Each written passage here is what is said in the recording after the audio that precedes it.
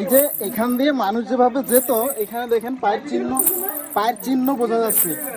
মানুষ যেভাবে যেত, এখন অবশ্য গুহাতে পানি কম, বর্ষার সময় পানি বেশি পাওয়া যায়। এখন এখন পানি অনেক কম গুহাতে। গুহায় এই সমান পানি থাকে বর্ষার সময়, যেটা এখানে যে পায়ের চিহ্ন দেখা যাচ্ছে, এইভাবে পা দিয়ে দিয়ে মানুষ এইভাবে পা দিয়ে দিয়ে হাঁটে।